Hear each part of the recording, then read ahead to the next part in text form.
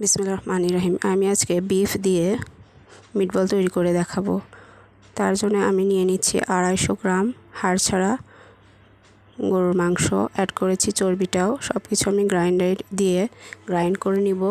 Add করছি স্বাদ মতো লবণ, হাফ চামচ মরিচের গুঁড়া, সামান্য একটু গোলমরিচের গুঁড়া, আর দিচ্ছি 1 চিমটি টেস্টিং সল্ট, 1 চামচ ভিনেগার, 1 চামচ সয়া সস, আদা রসুন জিরা বাটা 1 চামচ, ধনিয়ার গুঁড়া 1 চামচ, আর অ্যাড করলাম মাংসের মশলা হাফ চামচ, আর অ্যাড করছি 1 চামচ সরিষার তেল। সব কিছু দিয়ে আমি মেখে 1 ঘন্টার জন্য ম্যারিনেট করে নিতে পারি, আবার 1 দিনের জন্য ম্যারিনেট করে নিতে পারি।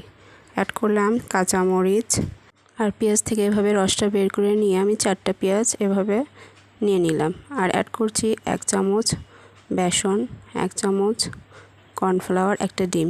সব কিছু একসাথে মেখে একটা ডো তৈরি করে ছোট ছোট বল আকৃতি করে এখন আমি তেলে ভেজে নিব।